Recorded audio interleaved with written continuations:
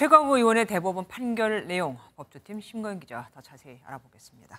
심 기자, 재판에 넘겨질 당시부터 참 시끄러웠던 사건입니다. 논란도 많았죠?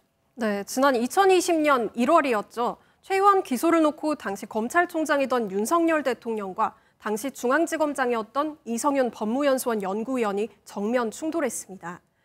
윤 전 총장이 3번이나 이 전 지검장에게 기소하라고 요구를 했는데 이 전 지검장이 이 지시를 따르지 않으면서 항명한 겁니다. 예, 기억납니다. 결국 윤 전 총장은 송경호 당시 3차장 검사에게 직접 기소를 지시했는데요. 최 의원은 당시 이런 과정이 검찰청법 위반이라고 주장하며 공소 기각을 요청했지만 받아들여지지는 않았습니다. 윤석열 총장의 지시에 따른 정치검찰의 불법적이고 정치적인 기소로 저는 오늘 법정으로 갑니다. 정작 법정에 서야 할 사람들은 한 줌도 안 되는 검찰 정치를 행하고 있는 검사들입니다. 그런데 재판이 3년 8개월이나 걸리면서 결과적으로 최 의원은 국회의원 임기를 거의 다 대부분 채우게 됐습니다. 판단이 늦어진 이유가 특별히 있습니까? 법원 관계자들은 김명수 대법원장 체제에서 비판이 많은 재판 지연의 일환이라고 꼬집었습니다. 통상 불구속 상태의 피고인은 특별한 사정이 없는 한 재판을 미루고 싶어하는 게 일반적이라고 합니다. 과거에는 법원 행정처에서 사건이 제때 처리되는지 모니터링하면서 신속한 재판을 압박을 했었지만 김 대법원장이 취임한 뒤에는 그런 시스템이 제대로 작동을 하지 않게 됩니다. 이후에 승진제 폐지 등으로 법원 내부의 재판 추진 동력도 사라지면서 재판 지연이 심각해졌다는 겁니다.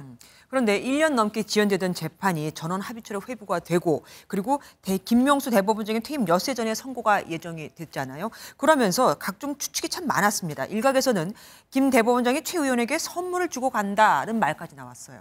네, 그렇습니다. 김 대법원장이 진보 성향인 만큼 마지막으로 최광우 의원에 대한 무죄를 밀어붙이려는 것 아니냐는 해석도 나왔습니다. 하지만 그보다는 대법원장 인준 지연 등으로 당분간 전원 합의체가 열리기 어려운 점을 고려해 소집한 것으로 봐야 하지 않겠냐는 게 법원 관계자들의 설명입니다. 실제로 무죄 판결이 나오지 않기도 했고요. 김 대법원장은 코로나가 걸린 상태였는데 별다른 증상은 없어서 재판에 참여했고 이례적으로 임기 마지막 주까지 재판에 나선 대법원장이 됐습니다. 전원 합의체는 원래 대법원장하고 그리고 대법관 12명 이렇게 이루어지잖아요.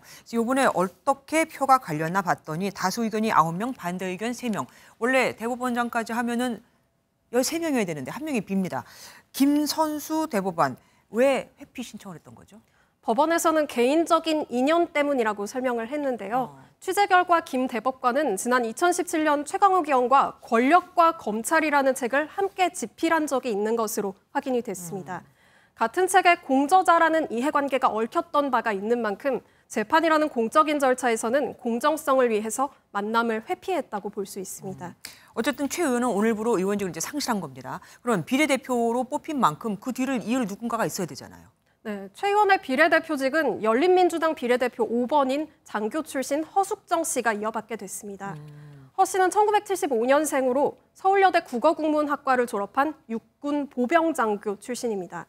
육군에서는 제30기계화 보병사단에서 인사 및 안전장교를 역임한 뒤 만기 전역했고 현재는 경기도 고양에 소재한 한 제조업체의 대표로 재직하고 있다고 합니다. 예, 알겠습니다. 지금까지 심가현 기자와 함께했습니다. 고맙습니다. 안녕하세요. 김주하입니다. 공정하고 신속한 MBN 뉴스, 유튜브를 통해서도 만나보실 수 있습니다. 특히 더 많은 뉴스와 라이브를 보고 싶으시다면 오른쪽을 눌러서 구독하시면 됩니다. 어렵지 않죠?